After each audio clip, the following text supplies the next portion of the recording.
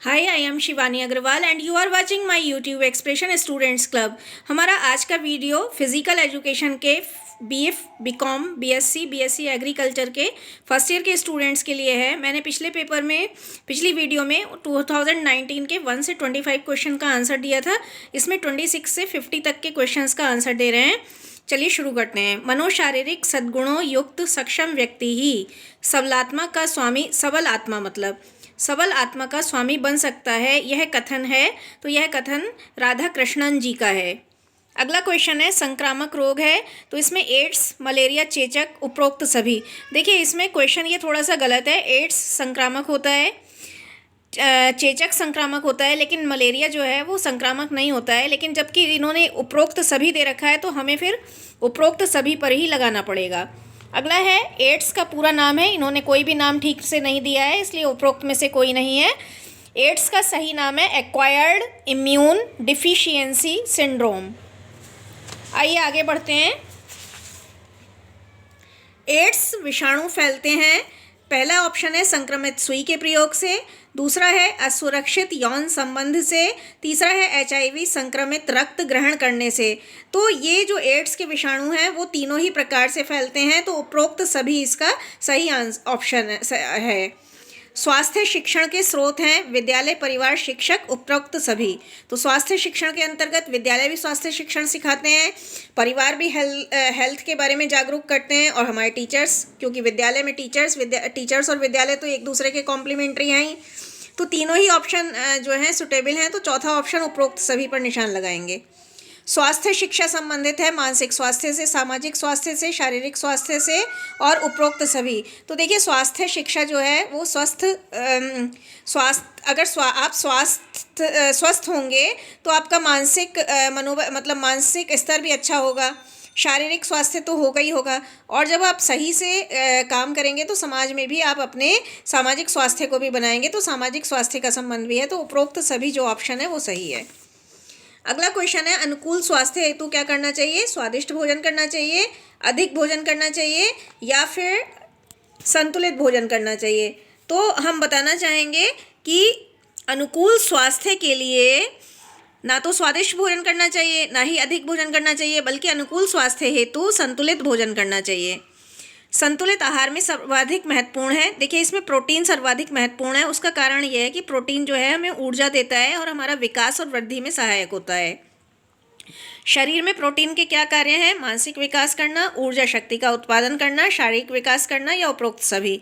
तो देखिए प्रोटीन के ये तीनों ही कार्य हैं। वो मानसिक विकास में भी, वृद्धि और विकास के समय प्रोटीन ज़्यादा दिया जाता है। आपने भी सुना होगा कि बच्चे जो छोटे होते हैं, बढ़ती उम्र के बच्चे होते हैं, 8 से 10, 15 साल तक के, 16 साल तक के, तो प्रोटीन देने को कहा जाता है। वो उस समय क्यों कहा जाता है? क्योंकि वो समय उनके वृद्धि और विकास दोनों का होता है। तो मानसिक विकास भी होता है, ऊर्जा शक्ति का उत्पादन भी करता है ये, और शारीरिक विकास भी करता है। तो शरीर में प्रोटीन के ये सभी कार्य हैं। कार्बोहाइड्रेट का मुख्य स्रोत जो है वो इनमें से चीनी है। वसा का मुख्य स्रोत, देखिए इसमें तीनों ही, सारे ही ऑप्शन सही हैं। घी, तेल, दूध से बने पदार्थ, अंडे, इन सभी में, रिफाइंड, इन सभी में जो है वसा होता है। लेकिन क्योंकि इन्होंने मुख्य स्रोत पूछा है तो वो घी होता है। वसा के कार्य हैं कोमल अंगों की सुरक्षा, संग्रहित ऊर्जा के स्रोत, और मांसपेशियों का गठन। उपरोक्त सभी, तो वसा के सारे कार्य हैं, उपरोक्त सभी पर आप निशान लगाएंगे।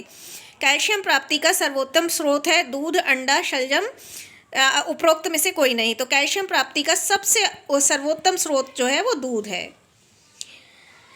तभी तो छोटे बच्चों को दिया जाता है, बढ़ते बच्चों को। संतुलित आहार में सुरक्षात्मक भोजन तत्व होना चाहिए। तो सुरक्षात्मक भोजन तत्व जो है वो प्रोटीन होता है, प्रोटीन पर आप निशान लगाएंगे। अगला है हमारा, पत्तेदार सब्जियां मानव शरीर हेतु लाभकारी इसलिए होती हैं क्योंकि इनमें विशेष भोज्य तत्व संग्रहित होते हैं। संग्रहित का मतलब कलेक्टेड होते हैं, इकट्ठे होते हैं। पाचन शक्ति का विकास होता है, रोगाणुओं के प्रति प्रतिरोधक क्षमता होती है।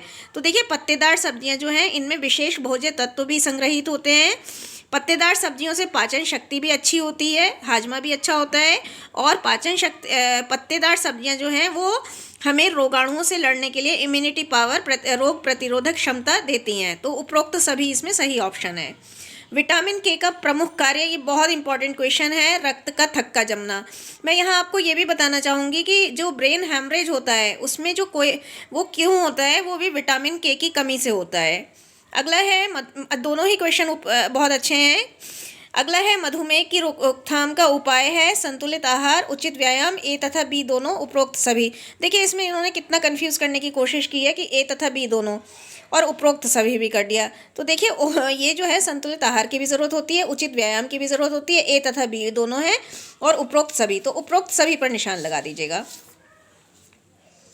विश्व स्वास्थ्य संगठन संबंधित है WHO, वर्ल्ड हेल्थ ऑर्गेनाइजेशन। ये संबंधित है ना तो धर्म से ना मनोविज्ञान से, बल्कि विश्व स्वास्थ्य संगठन WHO, वर्ल्ड हेल्थ ऑर्गेनाइजेशन स्वास्थ्य संबंधित संगठनों से संबंधित है, स्वास्थ्य के बारे में देखरेख करता है वर्ल्ड वाइड, विश्व भर में। लाल रक्त कणिकाएं संबंधित है रक्त से।